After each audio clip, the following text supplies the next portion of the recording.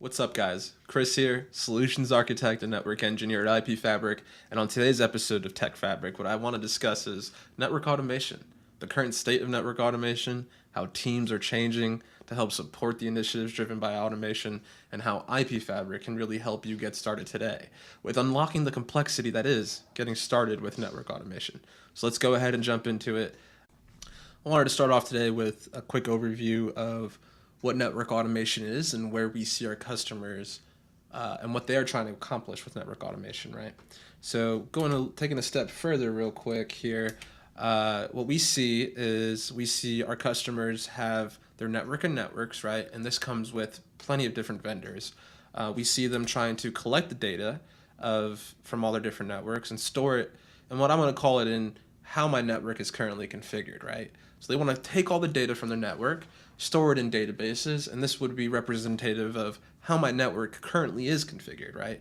And they want to take that data and be able to compare it to how I want my network configured, right?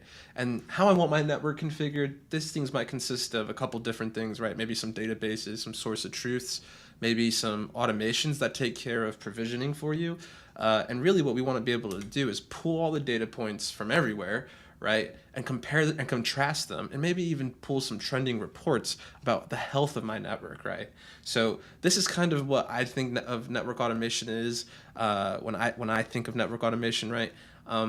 It really is being able to pull data from everywhere and be able to compare and contrast and quickly use it when you need it, right? So, to sum it all up, it really does it starts with data, right? It really does just start with data. Moving on from the concept of everything starts with data, right? What I want to talk about is why network automation, right? So why might you use network automation? And where are these initiatives really coming from, right? So again, our concept of network and networks, right? And as companies adopt the cloud particularly, I think a lot of people are seeing how powerful automation just is. With the cloud, you gain access to a lot of really cool APIs, and it's very easy to manipulate the objects up in the cloud, right? But what we're seeing is a kind of this top-down approach for network automation in general. Leadership and above is saying we need to start automating things, and but the problem here is that network engineers and networking teams don't really ever have developers, right? So we see this shift in the networking teams where we have to have new kind of people who wear both hats. They are developers, but they also have these core networking functions. And this is where I want to start continuing our conversation, right? So moving on, networking teams really are changing. Traditionally, we have network architects, right? We have engineers and we have operations, right? And their jobs are very clear and distinct. It has been for quite a long time, right? Network architects design, while network engineers implement, and the network operations guys confirm that everything is working good and the network is healthy, right? So where we see is back to that data is everything concept, right?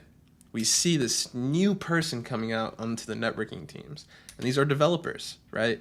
Developers are joining the networking team, and they're the ones that are helping the operations, the engineers, and the architects have access to data.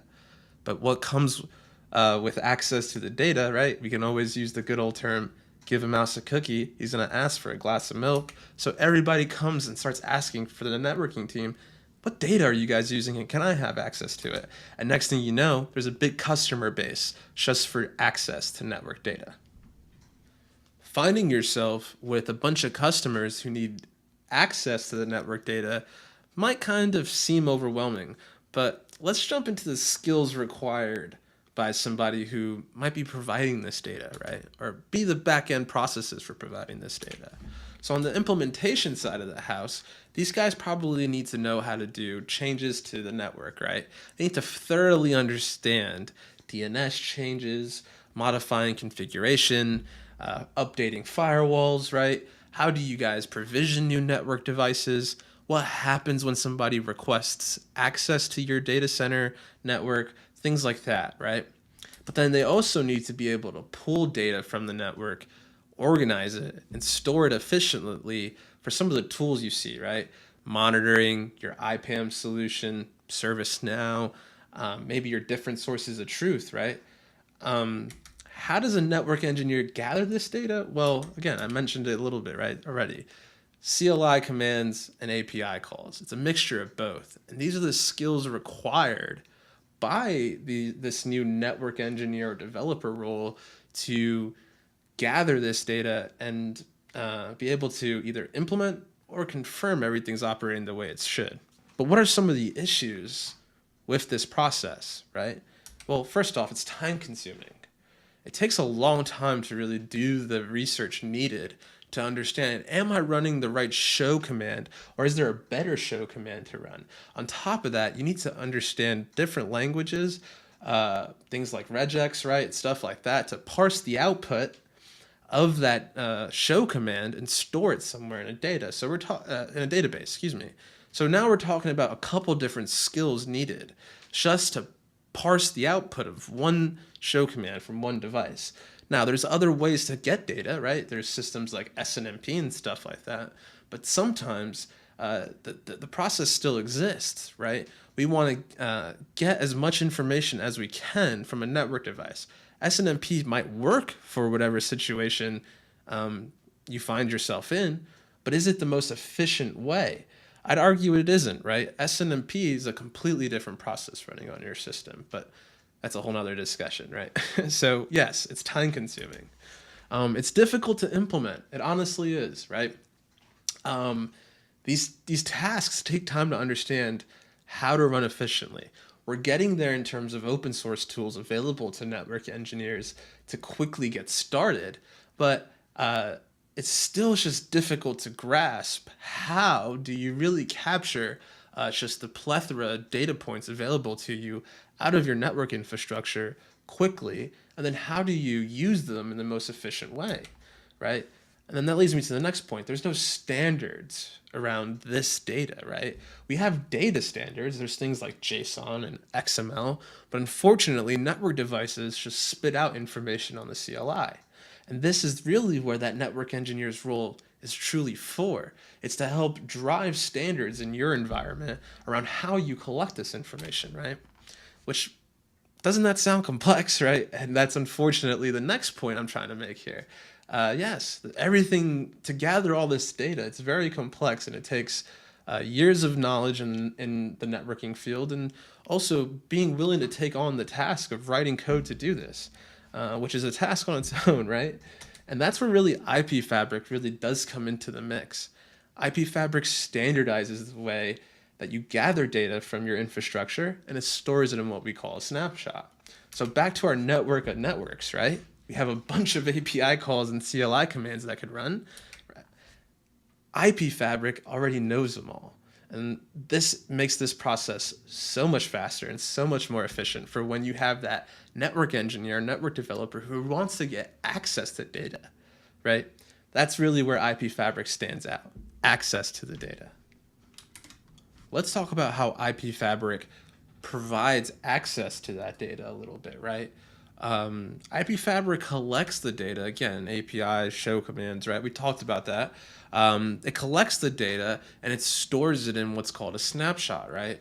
These snapshots, they represent any given point in time, and they can be set to be collected periodically as often as you'd like. We have customers who run snapshots every 2, 3, 4 hours. We have customers who run them pre-change window, post-change window. We have customers who run them ad hoc as often as they want. It's really and completely up to you, and that's the awesomeness of IP Fabric snapshots. So with the access to those snapshots, you get an awesome GUI, an API, and you get access to network diagrams. Haven't even really touched on that, but that's the coolest part about IP Fabric, right? But again, we have the traditional networking teams who now have access to the data points that they need without necessarily always having to go to the network devices themselves. They have a place where they can reference how their network looked at any given point in time. And of course, as that customer base expands and grows, they as well have access to this data as well. Now, again, I really just want to emphasize IP Fabric provides access to the networking data that you might find yourself needing, or not even yourself, maybe your whole entire customer, or maybe you have customers, the infrastructure team, the security team, right? The teams we mentioned earlier, the guys who need to confirm that the network is behaving the way they expect it, how do you provide them access to do that without providing access directly to the network? That's really, again, another just quick point where IP Fabric does shine. Let's quickly recap everything that we talked about in the last 10 minutes or so. We talked about how IP Fabric can help you get started with network automation, and how network automation is just a complex and not easy and straightforward thing to get started with. We talked about how network engineering teams are changing and evolving, and how IP Fabric can help those teams get a jump start on network automation. So let's jump on into the platform and let's see how IP Fabric works, how it operates, and how it can help you get started today. All right, jumping into the platform here. Here we can see all of our snapshots. Remember those data points and everything collected from our network environment stored in a single snapshot, right? Here we have a couple locked snapshots. We have one that's used for testing from a third-party service such as GitLab. One here that has that represents our source of DNS records and stuff like that, right? And here we have some other snapshots from other days. You can see what days they were collected on: the 12th, the 13th, the 14th. I'm going to click on settings here just to quickly so you can see how a snapshot is configured. It's pretty easy to understand. Here are all the networks that we want to include in Discovery. Here are the networks, any networks we want to exclude from Discovery.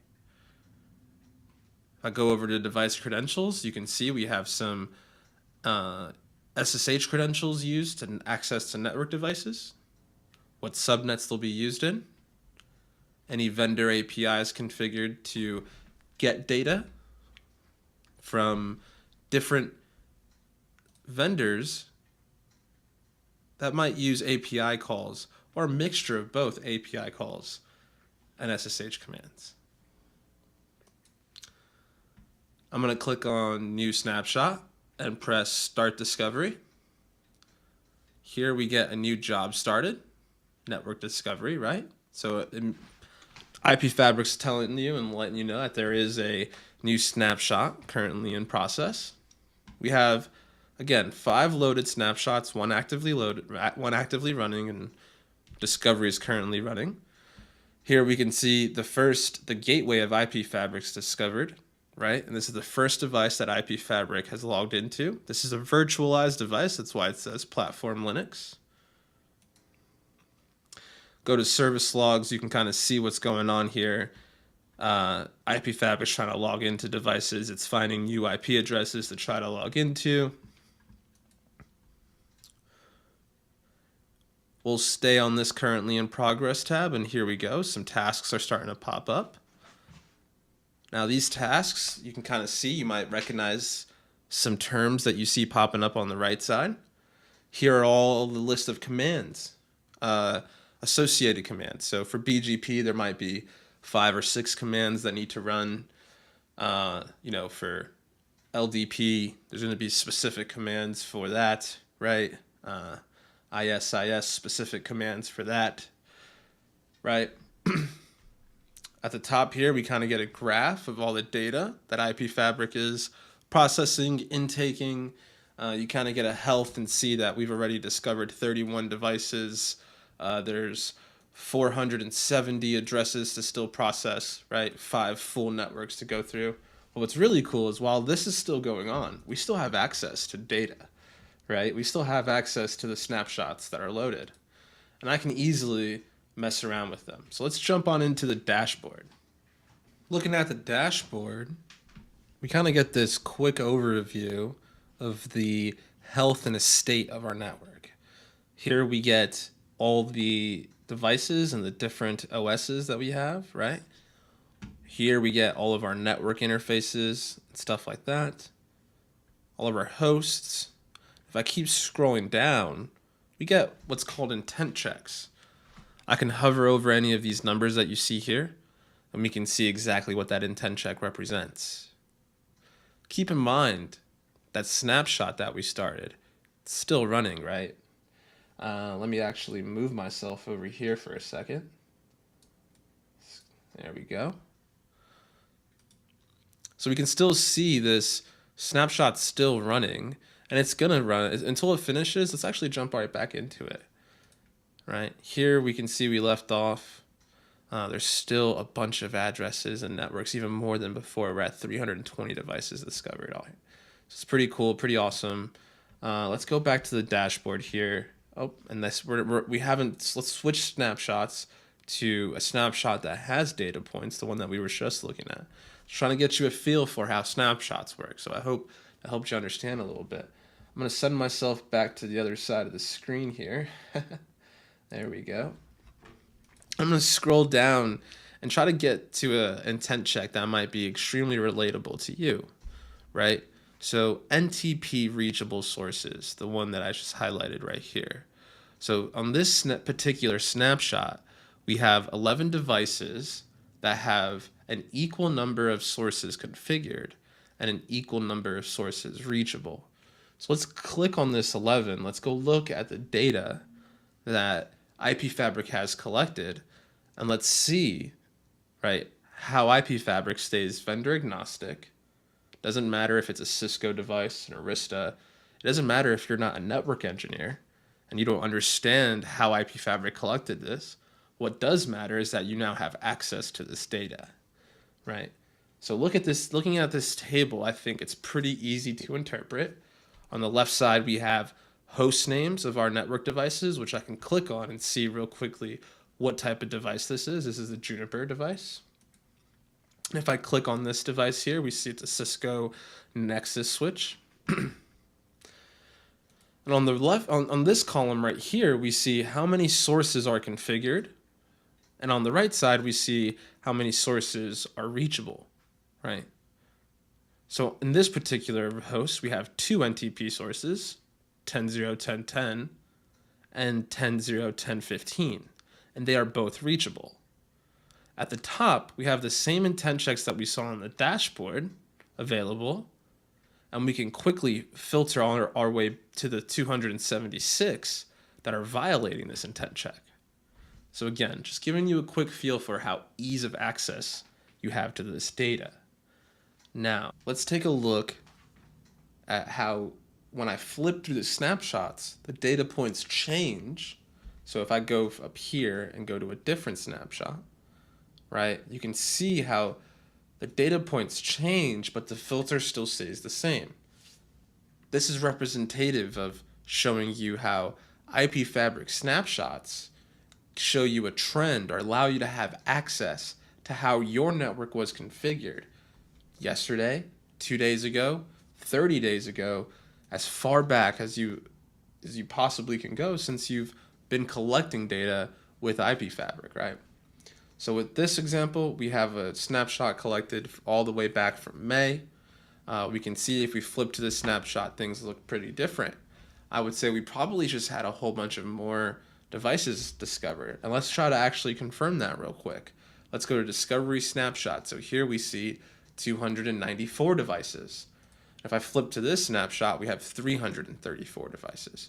So you can clearly see there's a difference, but the data points and the UI still stays the same. Looking at the snapshot again, we can see how many total devices got discovered. 334, we mentioned that, right? It only took about 11 minutes. Amazing, right? Snapshots are getting faster every release. If I need to refresh any of the devices that are in this snapshot, maybe I'm to change window. And during that change window, I need to say, hey, fetch me the latest information you have about this switch, this router, this firewall. Totally possible. All you need to do is find the device here in Device Management, click on it, and press refresh. As you can see, a new discovery started running with that one specific device. If any new devices get found, IP Fabric will log into those devices and collect information. Of course, while this is running, the dashboard won't be accessible, nor will the data points, but we can always go to the most recent snapshot to get the data as well. Here on the dashboard, I'm going to scroll down while that snapshot finishes running.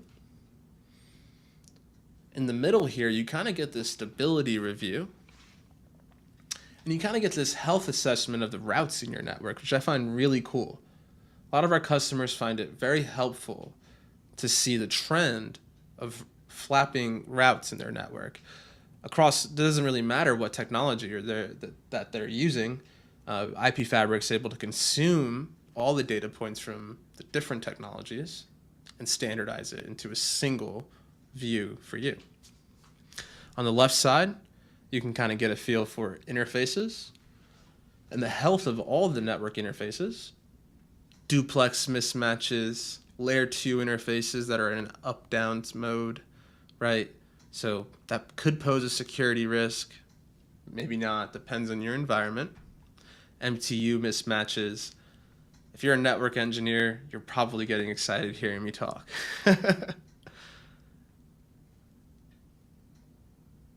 Again, all the data points that you could really need to ever be successful as a network engineer are built into the product day one. There's not anything stopping you from creating custom data points as well. Now that snapshot finished running, right, or the refresh of that device finished running, excuse me.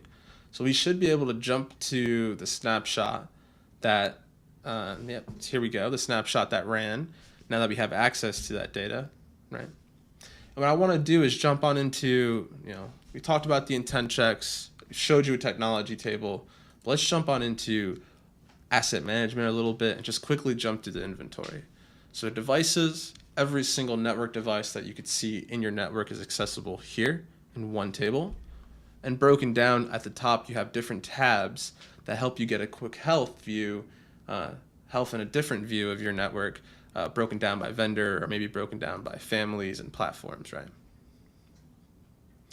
Different inventory tables that might interest you are part numbers, which is individual specific pieces of your network device, right? OS versions, how consistent are all your platforms or all the versions of operating systems that you're running, right? Here we can see we have a couple different FortiGates that are all the same platform, but they're running different operating systems.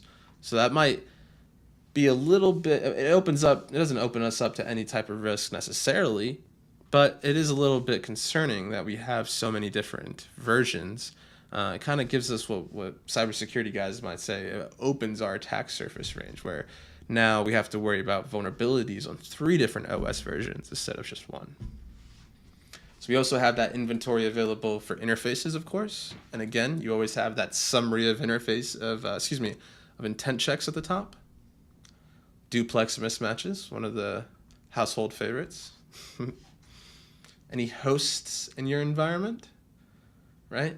And another favorite one here at IP Fabric, end-of-life milestones. So all your devices, as long as those data points are publicly accessible, all of your devices that are end of life, end of sale, end of maintenance.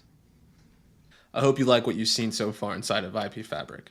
Let's jump into some of the technology tables that are available and how you might use them inside of one of your network automation workflows. So the first table I want to start on, I already have it open over here, is the technology interfaces switch port table. Now this table represents our entire layer 2 network and how every single interface, if it is configured as a switch port, is configured, right? Now this is a table that represents each interface by row, right? So each row in this table is a interface on a network device. You have a couple columns here, and I want to hover over some of them just so you can quickly get a feel for the description. If I hover over mode, you can see what this column represents, how that switch port is configured, whether it's a trunk or access, right? We can filter as well on any of these columns. So I'll quickly type in access here, and you can see we get any data point in this mode column that has the word access in it would match the filter I just typed in. Now, let's take a look at this intent check, right? I'm going to scroll to the right on this table here, and you're going to see we have this column, dynamic MAC addresses, right? You can see that is the column that is here in this colorized column. Now, if I press on this 76, you'll see some columns pop up here. And let's hover over this intent check to see what it represents. Non-trunk edge ports with 2 or less MAC addresses detected. Now, you might ask yourself, if you're not a network engineer, what does that mean? Well, let's quickly look at let's click on the pencil here and look at the filter. Maybe that'll give us some insight into what it represents in our layer 2 architecture, right? So this intent check represents edge port interfaces that are non-trunked interfaces, so access ports that don't have more than 2 devices being used for that interface, that physical interface, right? Now let's talk about what that means for a second. Maybe you're accessing this webinar by being on a corporate network. Maybe you're at home. But somewhere along the line, you have to be connected to the internet, whether that's through a physical interface or connected via Wi-Fi to an access point, right? Now, let's assume you're connected physically at a corporate office. And if you're not, let's pretend you're in a cubicle and you just plugged your device in for the beginning of the day, and you have an Ethernet cable connected to wherever you just plugged your device into, right? That cable needs to be connected somewhere, physically to a switch. And if you look at your desk, you might have a phone next to it, right? Today, most phones are ran over IP address. So these 2 MAC addresses would be associated with your device, your PC, and that phone being connected, right, through your network. Now, if we have more than 2 devices sitting behind an access port, that might be an issue. And this is what this intent check represents. You can quickly gain insight into your layer 2 network, all just from one table.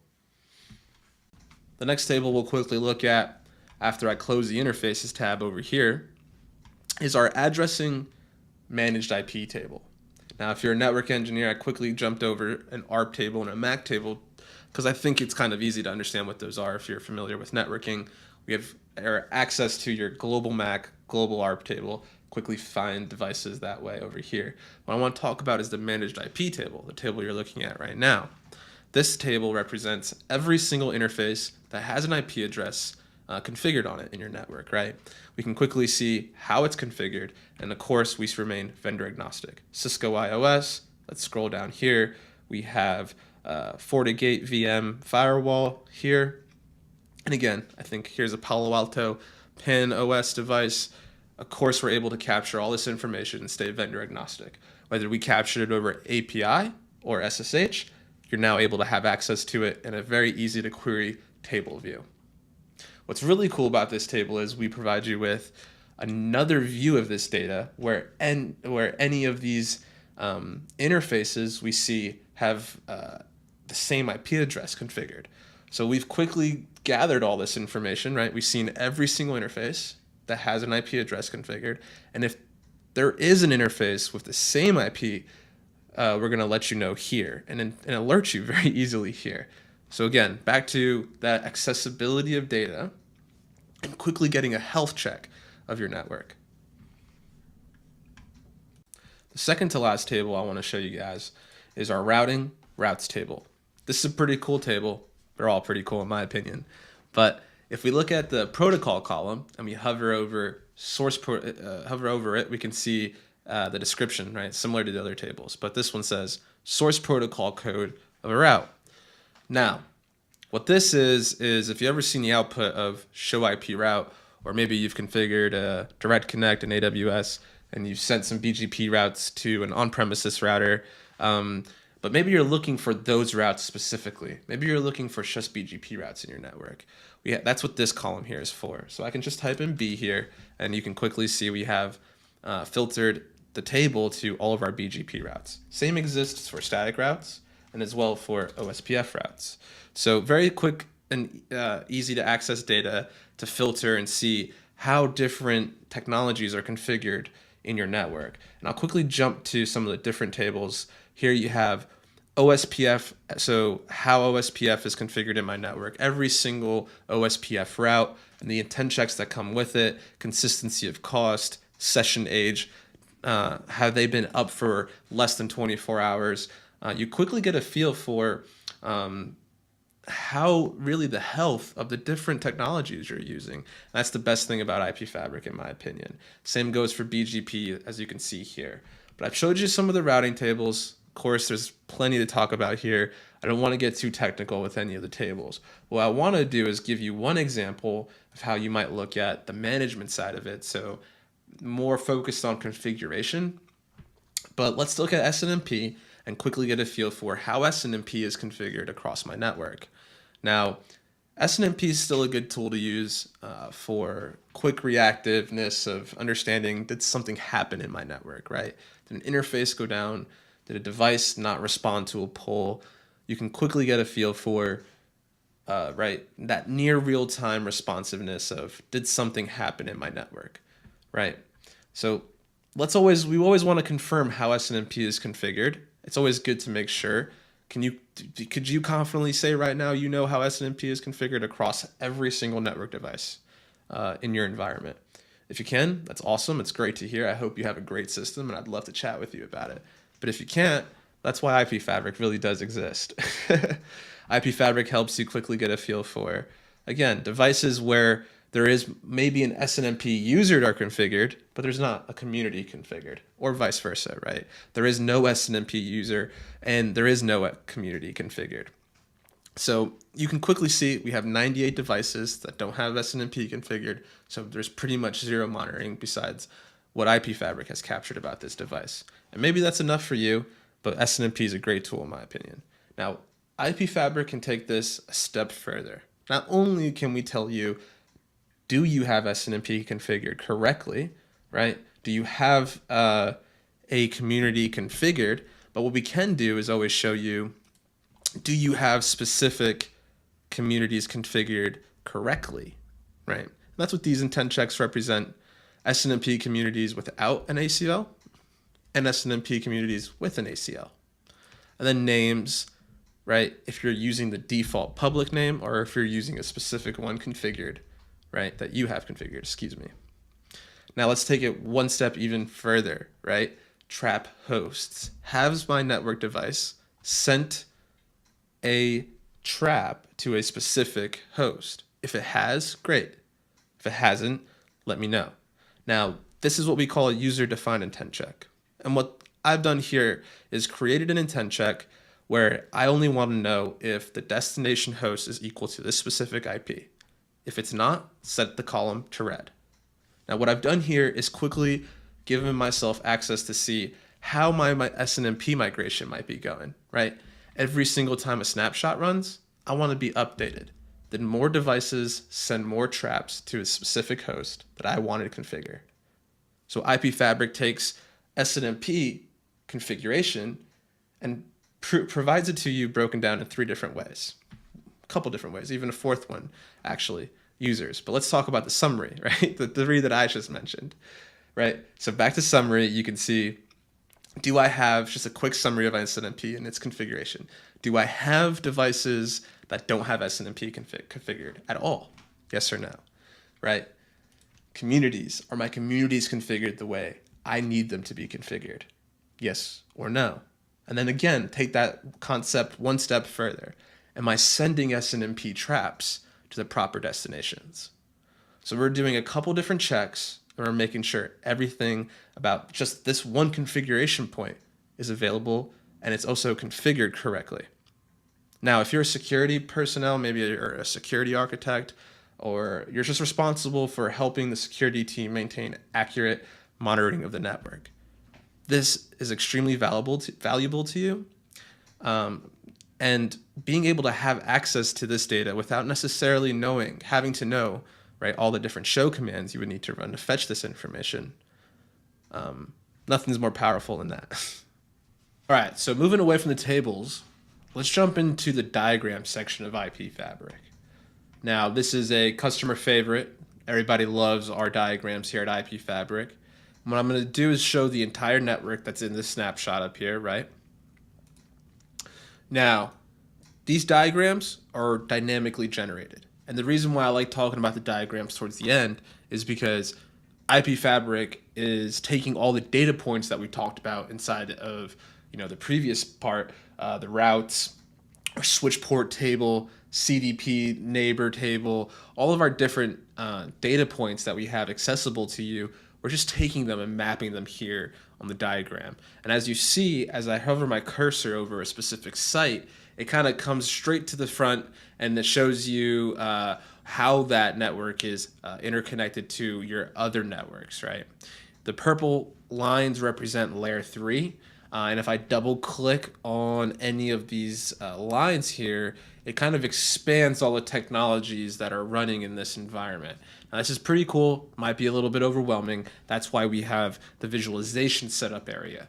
Now, this area allows you to really control what you're viewing on this diagram. I can go ahead and turn off layer 3. And here we can see we have a couple layer 2 connections in between these sites, but for the most part, you can kind of get a feel for how our entire environment is physically connected to each other. Now, let's talk about that transit network you see here in the middle. This transit network might be representative of internet, or it's just a network that IP fabric can see packets leaving your environment, but we can't see them coming back in until another interface on your somewhere else in your environment. So somewhere in between, there's a network providing traffic, routing, and everything like that, and that's what this transit network represents.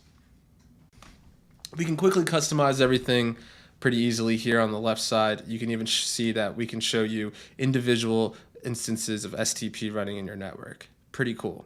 Now, what I want to jump into is how you can customize maybe some of the layer 3 views. Some of my customers really enjoy how they can break down and see individual routing technologies being used in their environment. So maybe we just want to see BGP, right? So as you can see, I just click on all the different eyelids for the different technologies I don't want to see. Keep on going. Look at that. We even support multicast inside of our diagrams. Pretty cool. And here you can actually get a feel for how BGP and how even IBGP, separate instances, eBGP and IBGP, is configured across my environment. Right. Now, if I double click on any of these lines, you'll see the individual interfaces come up, and you can actually see our handoff between different ASNs. So looks like our local ASN might be 21, and we have a couple different ASNs being handed off, into a different environment. Cool. So, of course, what we can do here is very quickly regroup everything just by clicking that chain button, and here those lines go back. And they go back into one thick line. Now, we can compare data, which I think is super cool. So if you're looking at maybe, I just want to see how layer 3 has changed between two snapshots. You can actually see we had some changes now, right? We actually had a new site discovered, a new site got stood up. It looks like there's some devices over there. I'm going to close that site by clicking the cookie crumbs here. We need to group this site. I'll talk about that here in 1 second, how the groupings of the site work. But here you can see there's some BGP and eBGP routes removed. Here we have a route removed from these sites, from Lab 01 to L52. So very quickly you can see what's changed between 2 days ago compared to today. Another cool feature here, and watch this, if I just want to get rid of that comparison, all I have to do is press that X, right? We get taken to that same view we're looking at. But what's pretty cool about the diagrams themselves is all those intent checks we were looking at that you saw on the dashboard, that you saw on the different technology tables. You can overlay them on top of this diagram. Maybe you're a visualization person and you want to see all the different, intent checks and which sites are healthy, which sites are not healthy. This is because in networking, right, critical environments, you want to make sure that those have the utmost in care. And maybe things like where there's a big user base, but just workers that are working in office space, those people, it might be okay if that network goes down and you have to send those people home for a day. That's all right. Maybe not in your eyes, but if the data center goes down, that's a big problem, right? So